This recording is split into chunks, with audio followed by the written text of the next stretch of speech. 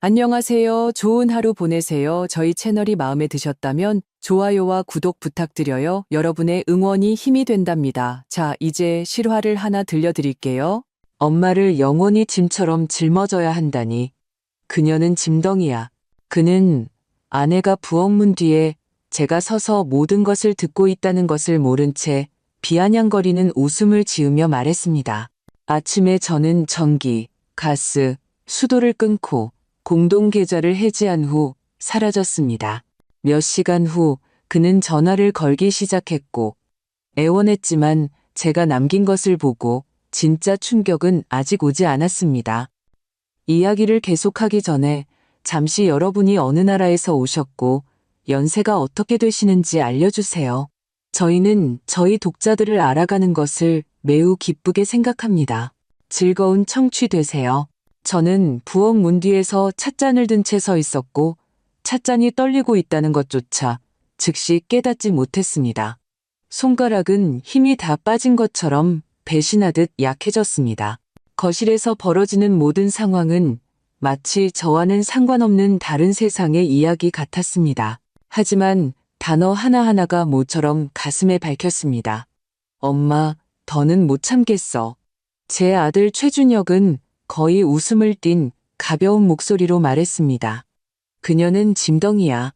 갈비뼈 아래가 아려왔습니다. 오랜 세월을 살면서 저는 노년, 질병, 그리고 함께 사는 것이 얼마나 힘든지 등 여러 이야기를 들었습니다. 하지만 친아들로부터 이렇게 심장에 직접 밝히는 말은 처음이었습니다. 옆에서 그의 아내 김민서가 킬킬거렸습니다. 유리창에 금이 가는 듯한 불쾌한 소리였습니다. 이제 때가 되지 않았을까요? 정말로? 글쎄, 그녀를 요양원에 보내면 얼마나 많은 공간이 생길지 생각해 보세요. 제 눈앞이 캄캄해지고 찻잔이 손에서 미끄러져 떨어졌습니다. 저는 잡으려 하지도 않았습니다. 찻잔은 타일에 부딪혀 산산조각 났습니다. 속에서 무언가가 함께 부서지는 듯한 쿵소리, 상징적인 소리였습니다. 하지만 그들은 듣지 못했거나 듣지 못한 척했습니다. 그들의 웃음은 계속되었습니다. 제 아들과 며느리는 제가 없는 것처럼 저에 대해 의논했습니다. 제가 사람이 아니라 걸리적거리니 내다버려야 할 낡은 가구처럼 말입니다. 저는 김정숙입니다. 남편 이재훈 씨가 돌아가셨을 때 저는 거의 40세였고 벌써 4년째 과부로 지내고 있습니다. 아들 최준혁은 42살입니다. 남편이 교대 근무를 하는 동안 저는 홀로 그를 키웠습니다. 아들이 열이 날 때면 그의 침대 곁에 앉아 밤을 새웠고 대학교에 데려다주고 시험 하나하나를 걱정했으며 그의 결혼식과 손주들을 기뻐했습니다. 그런데 이제 저는 제 친아들이 저를 없앨 방법에 대해 의논하는 것을 듣고 있었습니다. 악의 없이 침착하게 마치 물류 문제나 주거 문제 해결책을 논하는 것처럼요. 창문으로 아침 햇살이 비쳐 들어왔습니다. 깨진 찻잔을 비추자 파편들이 얼음 조각처럼 반짝였습니다. 그리고 이제 저는 63세의 여인으로 차가운 바닥에 무릎을 꿇고 이 조각들을 줍고 있었습니다. 그중 하나가 손가락을 베었고 피가 하얀 세라믹 위에 똑 떨어졌습니다. 모든 것이 어리석은 상징처럼 느껴졌습니다. 저, 피, 바닥, 그리고 깨진 파편. 민서의 목소리가 거실에서 들렸니? 아니, 오래된 집이 삐걱거리는 소리일 거야. 최준혁이 대답했습니다. 그건 그렇고 서재 말인데 엄마 방이 비면 거기에 다 둘 거야. 요즘 고객이 더 많아져서 확장해야 하거든. 저는 허리를 천천히 펴서 등이 아프지 않게 했습니다.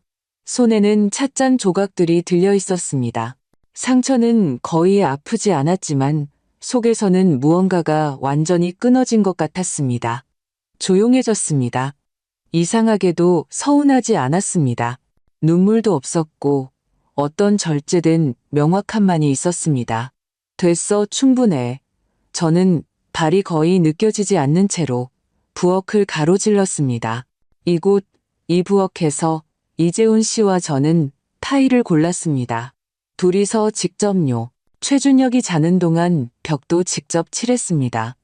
이 집에 우리는 영혼을 쏟았고 여기서 함께 늙어갈 것이라고 생각했습니다. 그리고 저는 순진하게도 정말 그렇게 될 줄 알았습니다. 하지만 아니었습니다. 이재훈 씨는 일찍 떠났고 저는 남았고 이제 저를 쫓아내려 합니다. 그녀는 팔려고 하지 않을 거야. 최준혁이 말했습니다. 그녀는 이 집에 정이 들었어. 하지만 보살핌, 건강, 새로운 사람들을 만나는 식으로 다른 방식으로 설득하면 동의할 수도 있어. 단지 현명하게 해야지. 현명하게. 즉, 모든 것을 미리 계획했다는 것입니다. 주사 맞기를 설득하는 노인에게 하는 것처럼 어조와 문구까지요. 저는 6개월 전 텃밭에서 넘어진 후 그들의 집으로 이사했습니다. 혈압이 갑자기 올랐습니다. 의사는 스트레스와 외로움 때문이라고 했습니다. 최준혁은 그때 고집했습니다. 엄마, 혼자 살 수 없어요. 심지어 언론에도 기사가 났습니다. 지역 변호사가 어머니를 위해 문을 열다. 사진, 그는 자랑스러운 미소를 짓고 있었습니다. 옆에는 김민서도 있었습니다. 하지만 제가 제 연금을 관리비로 주고 이재훈 씨의 보험금을 최준혁의 수리에 썼다는 것은 쓰지 않았습니다. 저는 그때부터 손주들의 보모가 되었고 김민서는 중개사 학원에 다니며 이곳저곳 부동산을 뛰어다녔고 최준혁은 일하며 레스토랑에서 저녁을 먹고 토너먼트에 참가했습니다. 그녀는 은행에 금고가 있잖아. 김민서가 갑자기 말했습니다. 이재훈 씨 연금도 아직 나오고 있으니 그녀는 아무 문제 없을 거야. 죽을 때까지 연금은 나온다. 최준혁이 침착하게 대꾸했습니다. 그런데 금고 말인데 그래 알아봐야겠어. 그녀는 한 번도 거기에 뭐가 있는지 말해준 적이 없어. 저는 벽에 몸을 기댔습니다. 숨쉬기가 어려웠습니다. 심장이 세게 뛰는 것 같았습니다. 마치 튀어나오려고 하는 것처럼요. 금고. 그들은 다른 계좌에 대해서는 몰랐고 이재훈 씨가 모든 것을 미리 준비해 두었다는 것도 몰랐습니다. 그는 모든 것을 여유롭게 해두었고 저는 간섭하지 않았습니다. 그를 믿었으니까요. 우리가 짐승도 아니고. 최준혁은 마치 자신에게 변명이라도 하듯 덧붙였습니다. 우리는 보살피는 거야. 모두가 잘 되기를 바라는 거야. 그곳이 그녀에게 더 좋을 거야. 그녀 또래의 사람들, 보살핌, 의료진, 그녀 또래의 사람들, 마치 서가의 장르별로 책을 정리해 놓은 것처럼 방해가 되지 않게, 그림을 흐트러뜨리지 않게 시계가 8시를 알렸습니다. 쿵하고 마치 카운트다운처럼 저는 오전 8시, 제가 더 이상 필요 없다고 여겨지는 순간을 마음속으로 새겼습니다. 불과 6개월 전만 해도 우리는 가까워지고 제가 도움을 주고 제가 필요할 것이라고 희망했습니다. 하지만 이제 제 부엌에 서서 저는 제가 이미 정신적으로 지워졌다는 것을 깨달았습니다. 단지 몸만 남았을 뿐 그 몸을 어디엔가 보낼 필요가 있다는 것이었습니다.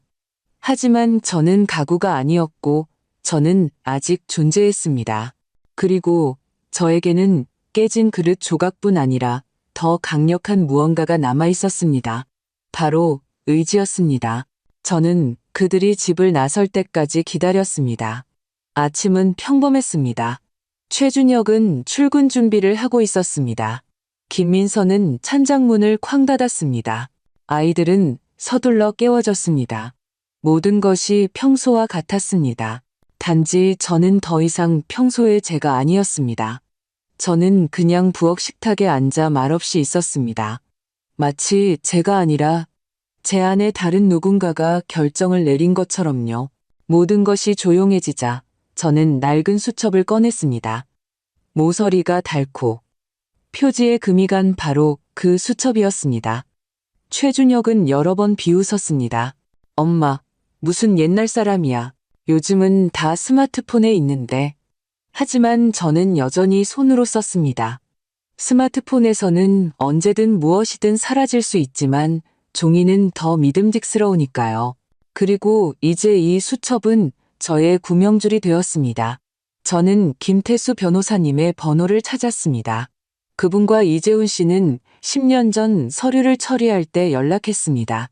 그는 이재훈 씨보다 나이가 많았지만 머리는 총명했습니다. 정직한 분이었고 강요하거나 속이는 사람이 아니었습니다.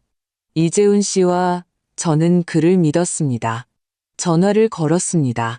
심장이 귀에서 울리고 손바닥에 땀이 났습니다. 여보세요. 그의 목소리는 여전히 차분하고 남자다웠으며 조급함이 없었습니다. 안녕하세요, 김정숙입니다. 이재훈 씨의 아내입니다. 오늘 급히 뵙고 싶습니다.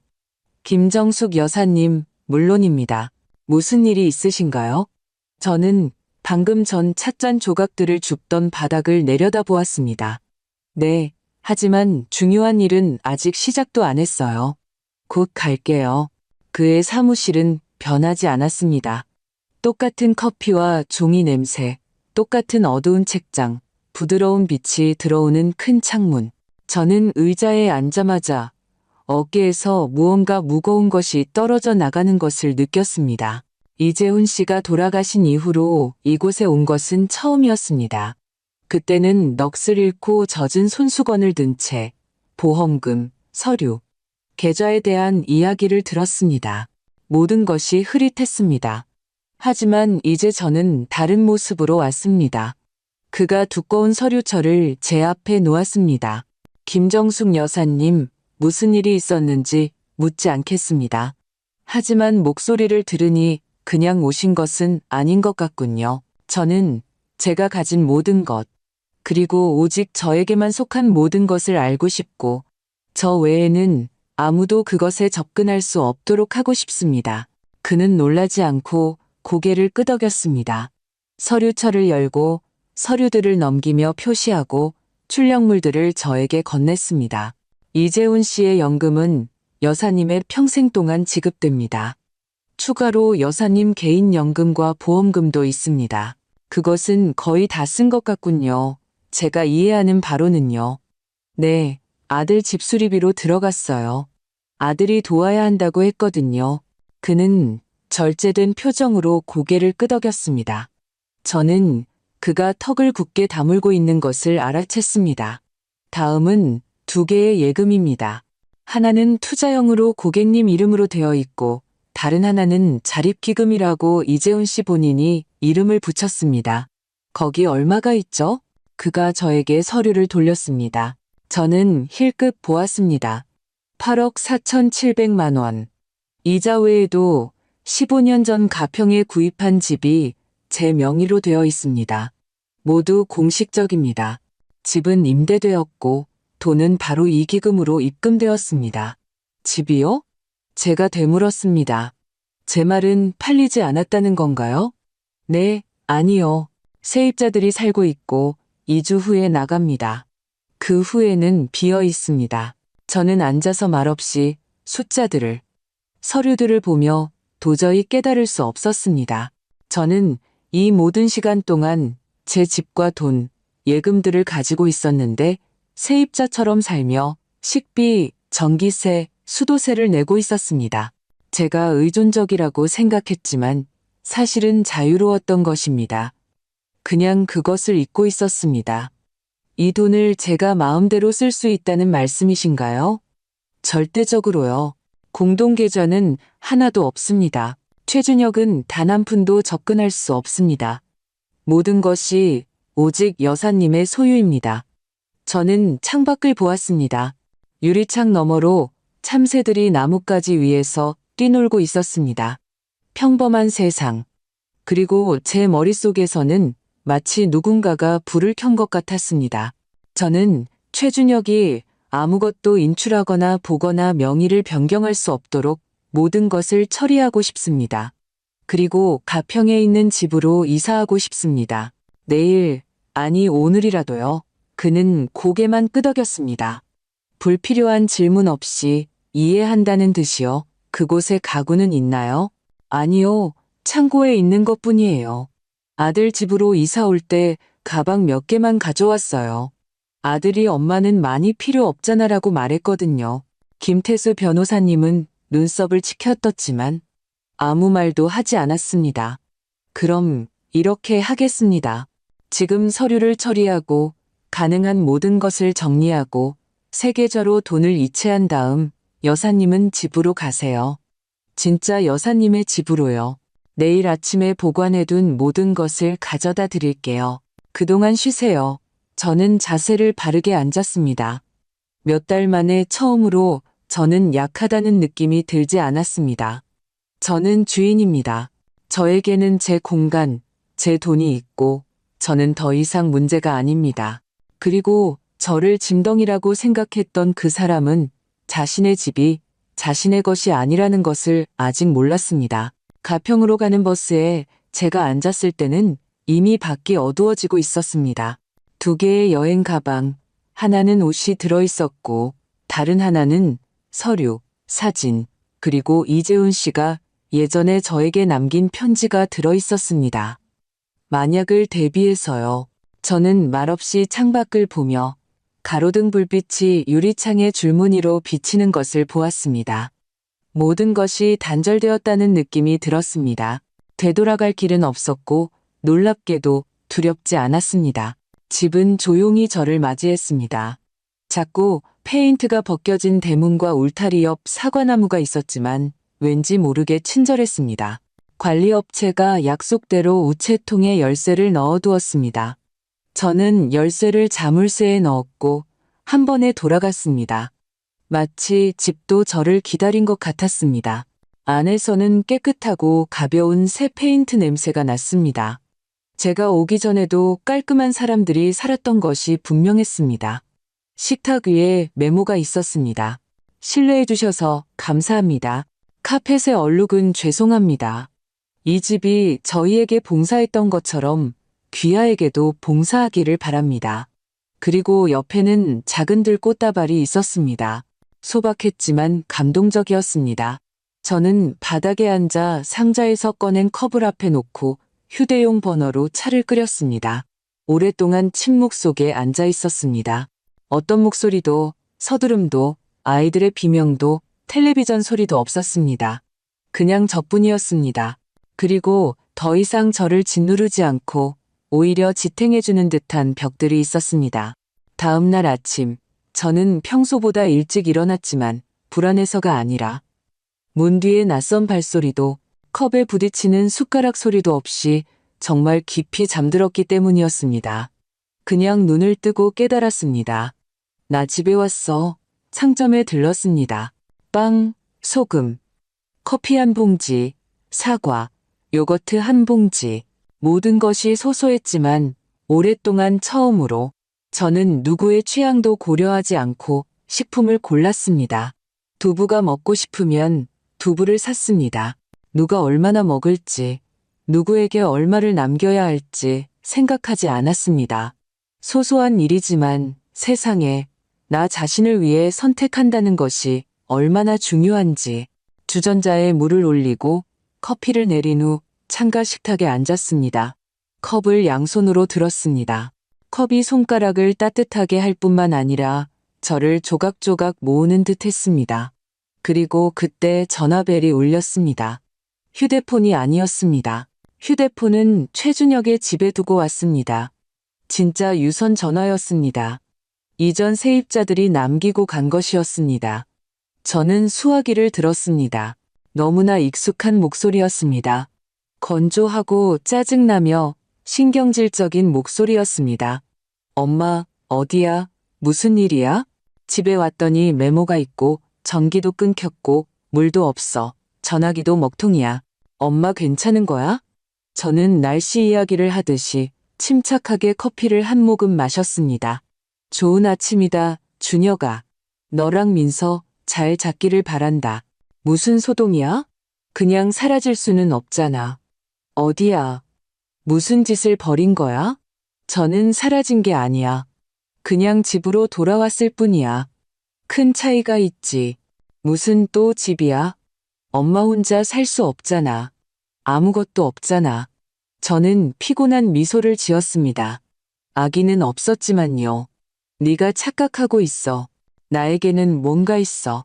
예를 들어 집, 예를 들어 통장, 예를 들어 고요할 권리. 그는 침묵했습니다. 수학이 너머는 고요했습니다. 그러더니 엄마에게 집이 있어? 어디에?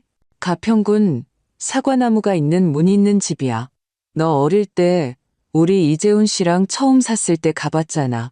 왜 아무 말도 안 했어? 다시 침묵. 하지만 이번에는 다른 침묵이었습니다. 조심스러운. 저는 김민서가 뒤에서 히스테리컬하게 무언가를 묻고 속삭이고 요구하는 소리를 들었습니다. 엄마, 우리가 아마도 요양원 얘기는 너무 서둘렀던 것 같아요. 그건 민서의 생각이었어요.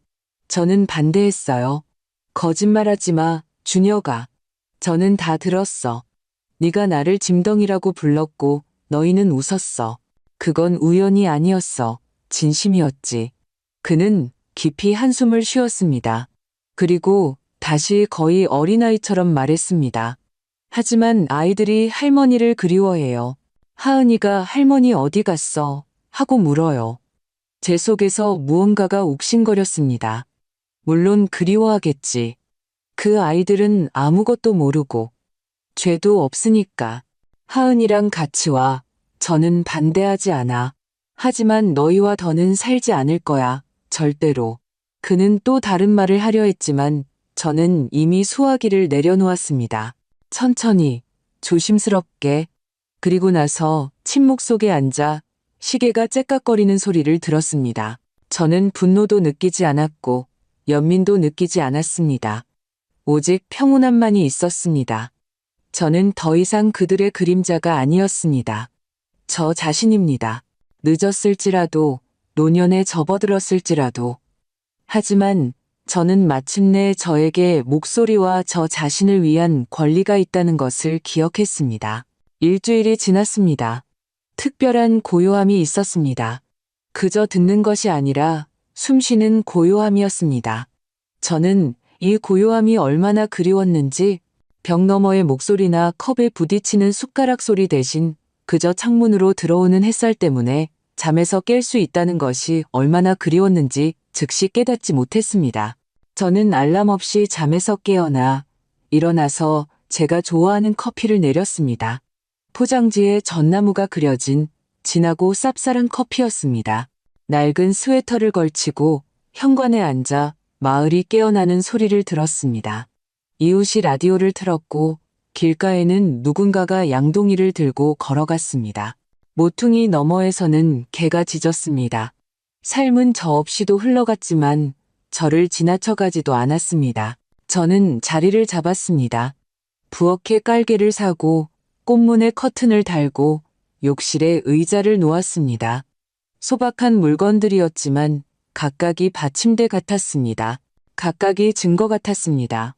저는 이곳에 임시로 온 것이 아니라 진심으로 왔다는 증거였습니다. 이웃 김미자 할머니는 정원을 돌봐줄 아주머니를 찾는 것을 도와주셨습니다. 땅을 파고 거름을 주고 깨끗하게 정리했습니다. 저는 그분과 함께 길가에 금자나를 심었습니다. 저는 오랫동안 그들을 바라보며 서 있었고 갑자기 생각했습니다. 나는 살아있어. 그리고 그때 얄궂게도 다시 전화벨이 울렸습니다. 조용한 저녁 한가운데 집, 전화였습니다. 저는 서두르지 않고 수화기를 들었습니다. 김정숙 여사님, 안녕하세요. 저는 이재훈 아빠의 첫 번째 결혼에서 태어난 딸 정혜린이에요. 저는 곧바로 앉았습니다. 예상치 못한 일이었으니까요. 혜린아, 물론 기억하지. 어떻게 나를 찾았니? 최준혁에게 전화했어요. 그는 뭐랄까 명확하지 않았어요. 엄마가 잠적했고 연락이 안 된다고 했어요. 그리고 그냥 나이가 들어서 그렇다고 했어요. 저는 뭔가 잘못되었다는 것을 깨달았습니다. 그래서 왔어요. 저 가평에 있어요. 잠시 들러도 될까요? 그녀가 들어섰을 때 저는 즉시 그녀를 알아보았습니다. 그녀의 눈은 이재훈 씨와 같았습니다. 절제되고 깊이 있는. 우리는 조용히 말없이 서로를 안았습니다. 차 끓여줄게.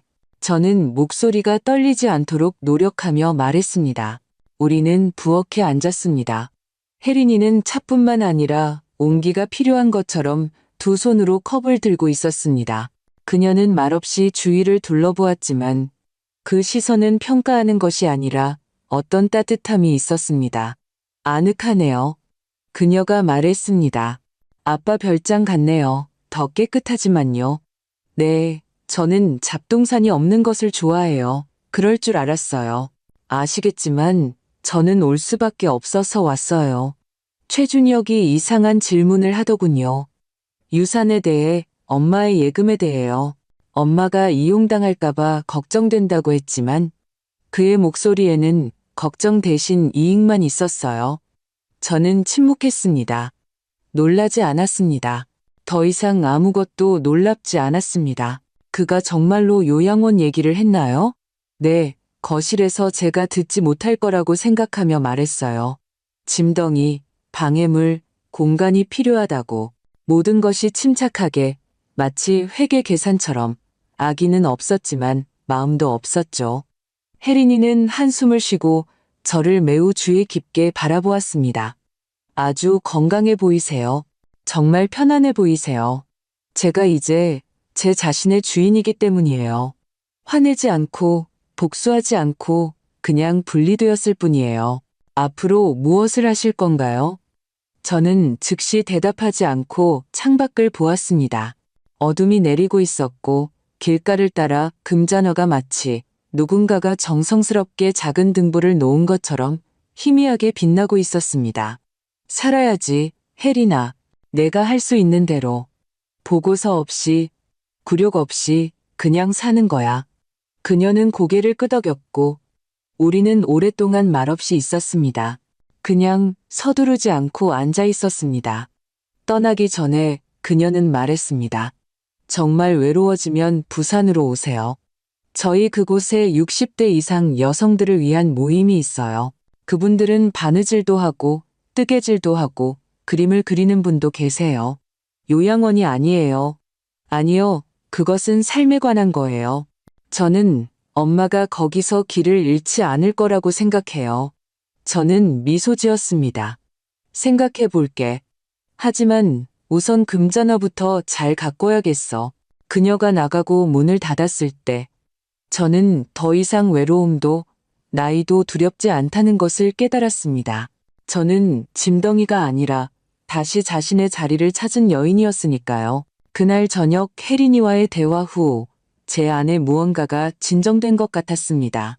저는 그녀에게서 구원을 기대한 것은 아니었지만 비난 없이 따뜻했던 그녀의 방문 자체가 중요했습니다.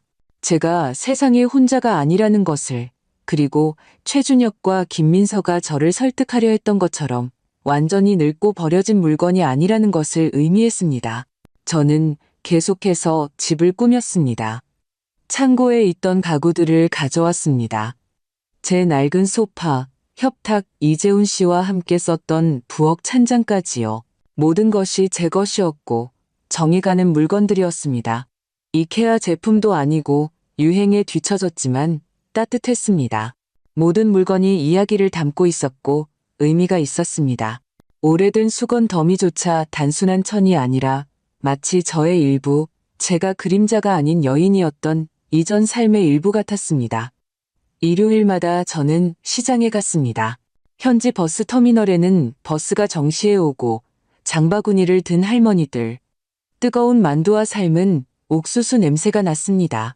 감자, 양배추, 집에서 만든 두부, 가끔 친절한 할머니에게서 꿀도 조금씩 샀습니다. 그분은 항상 관절에 좋다며 한 숟가락을 덤으로 주셨습니다. 저는 고개를 끄덕이고 미소 지었습니다. 그리고 속은 점점 더 따뜻해졌습니다. 가끔 최준혁이 생각났습니다. 화가 나서가 아니라 그저 한때 가까웠던 사람으로요. 그는 전화하지 않았습니다. 그리고 저도 전화하지 않았습니다. 전화가 오면 어떻게 지내세요, 엄마? 마음을 바꾼 건 아니고요. 라는 말이 아닐 거라는 것을 알았습니다. 저는 이제 마음을 바꾸지 않을 것입니다. 어느 날 오후 낮잠을 자고 있는데 전화벨이 울렸습니다. 모르는 번호였습니다. 안 받으려다가 결국 수화기를 들었습니다. 할머니, 어린아이의 목소리였습니다. 하은이, 제 마음이 무너져 내렸습니다. 하은아, 내 아가, 어떻게 번호를 알았니? 아빠는 할머니가 아파서 떠났다고 했고, 엄마는 늙어서 치료받으러 갔다고 했어요. 그런데 할머니는 아프지 않잖아요. 저는 수화기를 뺨에 대고 숨을 골랐습니다. 아니, 아가, 전혀 아프지 않아. 그냥 내 집에서 좀 따로 살기로 했어. 저 할머니한테 가도 돼요? 엄마는 빼고요. 엄마는 지난번에 제가 넘어졌을 때 할머니가 넘어뜨렸다고 할 거예요. 그런데 제가 혼자 넘어진 거였거든요. 눈물이 목구멍까지 차올랐지만 저는 참았습니다. 숨을 고르게 쉬었습니다. 그럼 올 수 있지. 할머니가 아주 기다리고 있어. 여기 사과나무도 있고 꽃도 있어. 우리 같이 시골처럼 과일 주스도 만들자. 그곳이 우리 시골이 될 거야. 할머니 안 잊을 거지? 절대 안 잊을 거야, 내 아가. 할머니는 항상 내 곁에 있어. 비록 옆에 없더라도 그녀는 훌쩍거렸고 우리는 인사를 나누었습니다. 저는 의자에 앉아 수화기를 내려놓고 그냥 앉아 있었습니다. 5분, 10분, 1시간. 마치 이 작은 소녀의 말이 제 갑옷에 얇은 틈을 내어 모든 살아있는 감정이 있는 곳으로 파고든 것 같았습니다. 최준혁에게 화가 나지는 않았지만 이제는 행동하고 싶었습니다. 다음 날 저는 변호사님께 갔습니다. 모든 것은 침착하고 감정 없이 진행되었습니다. 유언장을 작성하고 싶습니다. 제가 말했습니다. 하지만 평범한 것이 아닙니다. 제가 죽은 후에 지금 살고 있는 집이 하은이에게만 가도록 하고 싶습니다. 오직 그녀에게만요? 그리고 아무도 이의를 제기할 수 없도록요. 그는 익숙하게 고개를 끄덕였습니다. 마치 그런 할머니가 매일 신명씩 오는 것처럼요. 그리고 그녀의 이름으로 예금을 개설하고 싶지만 성인이 될 때까지는 저를 통해서만 접근할 수 있도록 하고 싶습니다. 그는 다시 고개를 끄덕였습니다. 우리는 2시간 만에 모든 것을 처리했습니다. 정확하고 건조하게 법에 따라요. 그리고 돌아오는 길에 저는 마을버스에 앉아 생각했습니다. 이것으로 끝이야. 나는 더 이상 떠난 것에 대해, 침묵한 것에 대해 죄책감을 느끼지 않아. 나는 아무도 버리지 않았어.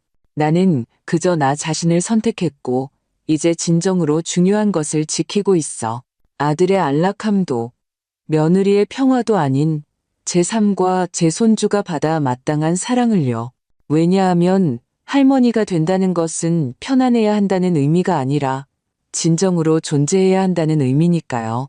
하은이와 통화한 후 저는 새로운 목표가 생겼습니다. 그저 조용히 사는 것이 아니라 저 자신을 위해 진정으로 사는 것이었습니다. 저는 제가 저 자신이 되기 위해 누구의 허락도 누구의 인정도 필요 없다는 것을 깨달았습니다. 더 이상 전화를 기다리지도 고요함에 귀 기울이지도 않았습니다. 제가 직접 제 나날을 채워나갔습니다. 문화센터에 춤 강좌를 등록했습니다. 처음에는 망설였습니다. 나이도 있고 허리도 아프고 다리도 예전 같지 않았습니다. 하지만 그때 포스터를 보았습니다. 60대 이상 여성을 위한 건강그룹, 춤, 호흡, 움직임. 안 될 게 뭐람? 하고 생각했습니다. 첫 수업은 거의 코미디 같았습니다. 우리 모두 새냄비처럼 반짝였지만 미끄러졌습니다. 저는 스텝이 꼬였습니다. 한 할머니는 구석에서 계속 킬킬거렸습니다. 50대 정도에 믿을 수 없을 정도로 친절한 얼굴을 한 강사님은 참을성 있게 몇 번이고 다시 설명해 주었습니다. 하지만 가장 중요한 것은 우리 모두 웃었다는 것입니다. 어른 여성들이 진정으로 웃었습니다. 저는 집에 와서 차를 끓일 물을 올리고 창가에 앉아 제가 미소 짓고 있다는 것을 깨달았습니다. 그냥 아무 이유 없이 누구에게 잘 보이기 위해서도 유용하기 위해서도 아니었습니다. 저는 제 자신에게 미소 짓고 있었습니다. 오랫동안 처음으로요. 며칠 후 편지가 도착했습니다. 진짜 종이 편지, 예쁜 봉투에 담겨 있었습니다. 글씨체는 깔끔하고 예스러웠습니다. 저는 즉시 혜린이라는 것을 알았습니다. 그녀는 메신저로 쓰지 않았습니다. 아마도 제가 종이를 더 좋아한다는 것을 느꼈을 것입니다. 김정숙 여사님, 대화 감사드립니다. 그것은 저에게 많은 것을 주었습니다. 저는 조용히 건네진 소박한 말들이 얼마나 중요한지 갑자기 깨달았습니다. 여사님은 진정하세요. 그리고 우리가 이제 연결되어 있다는 것이 기쁩니다. 여사님은 저에게 단순한 아버지의 전 부인 이상이 되었습니다. 괜찮으시다면 주말에 방문해도 될까요? 아빠에게서 온 물건을 좀 가져다 드릴게요. 아마 여사님은 그것을 읽을 준비가 되셨을 거예요. 저는 편지를 3번 다시 읽고 마치 중요한 조각인 양 제 지출을 기록하는 공책에 숨겨두었습니다. 그리고 조용히 소리내어 말했습니다. 기다릴게. 토요일에 그녀가 왔습니다. 그녀는 작은 나무 상자를 가져왔는데 낡았고 황동걸쇠가 있었습니다. 이건 아빠가 차고에 보관하던 거예요. 편지, 공책, 그리고 영상 하나가 있어요. 저는 열지 않았어요. 이건 엄마 거예요. 우리는 식탁에 앉았습니다. 저는 오랫동안 열지 않고 그냥 손가락으로 뚜껑을 쓰다듬다가 결국 용기를 냈습니다. 안에는 정말 편지들이 있었습니다. 짧은 메모들, 공책에는 그의 생각, 메모, 계산들이 있었습니다. 특히 한 문구가 깊이 밝혔습니다. 나에게 무슨 일이 생기면 정숙은 알아야 한다. 나는 모든 것을 준비해 두었다. 그녀는 짐이 아니다. 그녀는 모든 것을 함께할 수 있는 사람이며 그녀를 구석에 몰아넣어서는 안 된다. 저는 공책을 닫고 눈을 감았습니다. 아파서가 아니라 그 말의 힘 때문이었습니다. 그는 알았습니다. 그는 느꼈습니다. 심지어 옆에 없었음에도 불구하고요. 저녁에 혜린이와 저는 현관에 앉아 레몬차를 마셨습니다. 아빠는 복잡한 사람이었어요. 그녀가 말했습니다. 하지만 엄마는 그를 사랑했어요. 그게 보여요. 아빠도 엄마를 사랑했어요. 우리는 항상 그것에 대해 말할 줄은 몰랐지만, 네, 사랑했습니다. 다만, 우리 아들은 그것을 이해하지 못했거나 이해하고 싶어 하지 않았던 것 같습니다. 혜린이는 고개를 끄덕이더니 갑자기 말했습니다. 아시겠지만 언젠가 저희 근처로 이사 오시기로 결정하시면 말씀해 주세요. 저희 그곳에 동호회도 있고 강좌도 있어요. 제 동료가 수공예 강사님을 찾고 있는데 보시다시피 엄마는 손재주가 뛰어나시잖아요. 그냥 해본 말이에요. 저는 미소 지었습니다. 지금은 이곳이 좋지만 그 생각은 나중에 남겨둘게요. 그리고 그 순간 저는 깨달았습니다. 저에게 다시 나중이 생겼다는 것을요.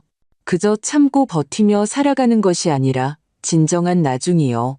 선택지, 가능성, 삶. 그리고 창밖으로는 늘 그랬듯이 사과나무가 흔들리고 있었습니다. 그리고 저는 얼마 전까지만 해도 짐덩이라고 불렸던 여인은 제가 짐이 아니라 뿌리라고 느꼈습니다. 뿌리는 짊어지는 것이 아니라 존중받아야 하는 것이니까요. 가평에 완전히 정착한 지 거의 한 달이 지났습니다. 삶은 평온하게 흘러갔습니다. 집은 숨쉬는 듯 했습니다. 저는 이제 찐빵 파는 아주머니가 언제 집 앞을 지나는지, 우유 배달원이 언제 오는지, 약국에 가면 줄이 길어서 언제 가지 않는 것이 좋은지 알게 되었습니다. 동네 사람들은 이미 제 이름을 부르며 인사를 했습니다. 심지어 심술궂고 붉은색 털을 가진 이웃집 고양이도 현관에 와서 그냥 옆에 앉아있기 시작했습니다. 저는 다른 사람이 되었습니다. 이것은 주름이나 허리 통증이 아니라 제 속에서 느껴졌습니다. 더 이상 전화가 오기를 기다리지도 않았고 침묵에 귀 기울이지도 않았습니다. 저는 지키고 있지 않았습니다. 저는 살고 있었습니다. 그리고 종종 그렇듯이 당신이 정말로 잘 지내기 시작하면 시험이 찾아옵니다. 문벨이 울렸습니다. 저는 누가 왔는지 즉시 알아차리지 못했습니다. 문을 열고 얼어붙었습니다. 최준혁 혼자였습니다. 김민서도 아이들도 없었습니다. 그는 넋이 나간 듯한 모습이었습니다.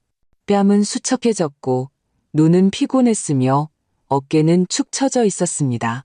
자신감 넘치던 변호사가 아니라 더 이상 갈 곳 없는 한 사람이었습니다. 엄마, 저는 아무 말 없이 그저 바라보았습니다. 화가 나서가 아니라 서두를 필요가 없었으니까요. 들어가도 될까요? 저는 옆으로 비켜섰습니다. 들어오라고도 오지 말라고도 말하지 않았습니다. 그는 스스로 들어와도 된다는 것을 이해했습니다. 들어와서 예전 어릴 때처럼 화로 옆 의자에 앉았습니다. 이렇게 심각한 줄 몰랐어요.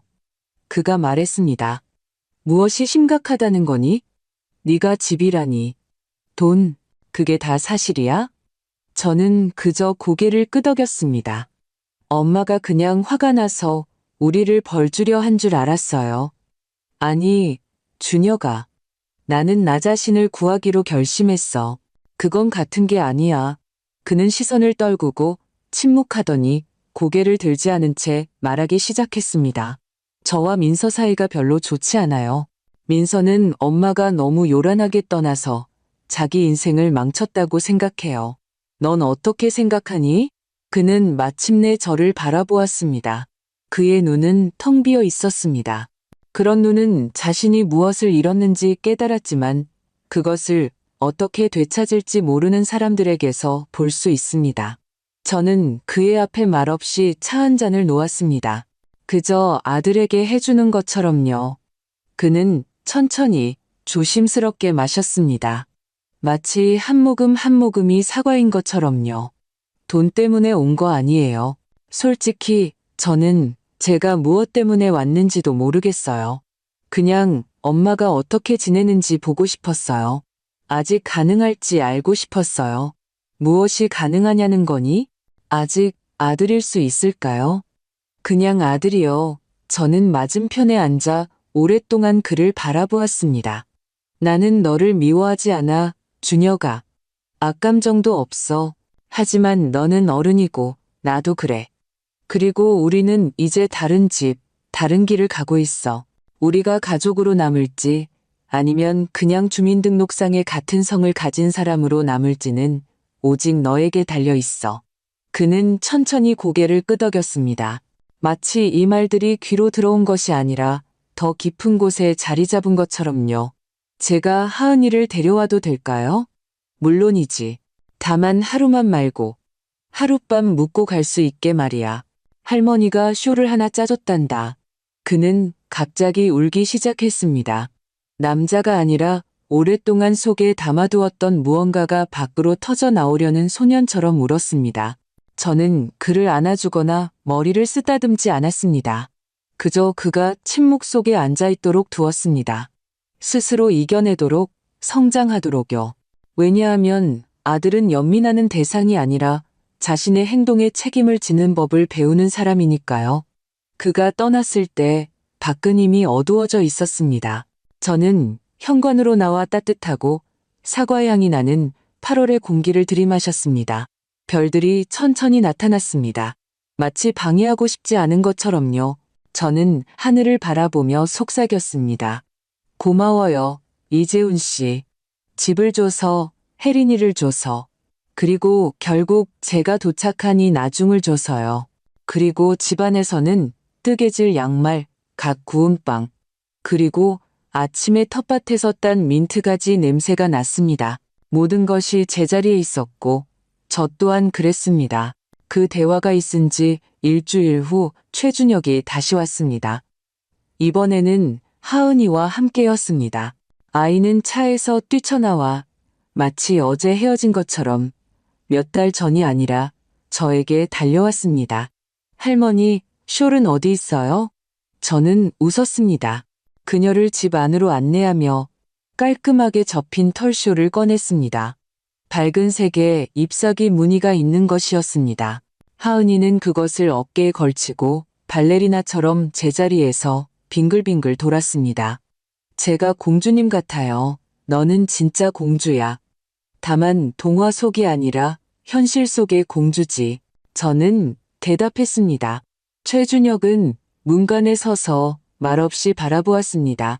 그러더니 그저 감사합니다라고 말했습니다. 저는 대답하지 않았습니다. 앙심을 품어서가 아니라 말은 더 이상 중요하지 않았기 때문이었습니다. 가장 중요한 것은 그가 이해했다는 것입니다. 즉시가 아니더라도 고통과 혼란을 통해서라도 그는 이해했습니다. 하은이는 저와 함께 이틀 동안 있었습니다. 우리는 함께 부침개를 만들고 화단을 정리하고 저는 그녀에게 만두를 만드는 법을 가르쳤습니다. 그녀는 학교에 대해, 엄마가 항상 서두르는 것에 대해, 아빠가 말없이 지내는 것에 대해, 그리고 조용함이 얼마나 그리운지에 대해 이야기했습니다. 할머니, 여기는 조용하고 차도 더 맛있어요. 저는 그녀의 머리를 쓰다듬으며 생각했습니다. 어쩌면 이것이 모든 것의 이유일지도 몰라? 적어도 하나이가 할머니가 짐도 아니고 보모도 아니고 비상대책도 아닌 영혼과 집과 선택할 권리를 가진 사람이라는 것을 이해하도록 말이야. 어느 저녁 그녀가 이미 잠든 후에 저는 창가에 앉아 꿀차를 마시다가 문득 어린 시절 제가 작은 집과 정원에서 혼자 살며 뜨개질하고 책을 읽고 원할 때만 손님을 맞이하는 꿈을 꾸었다는 것을 기억했습니다. 그때는 불가능해 보였습니다. 하지만 이제 여기 집이 있고 여기 제가 있습니다. 그리고 여기가 진정한 행복입니다. 더 이상 누구의 승인도 필요 없었고 편안해야 할 필요도 없었습니다. 저는 누구에게도 제가 고요할 권리가 있다는 것을 증명하지 않았습니다. 저는 그저 그 속에서 살고 있었습니다. 한 달 후 김태수 변호사님께 편지가 왔습니다. 그는 모든 것이 처리되었다고 썼습니다. 집은 제 명의로 확정되었고 하은이를 위한 예금은 보호되었으며 유언장은 등록되었습니다. 아래에는 추신이 있었습니다.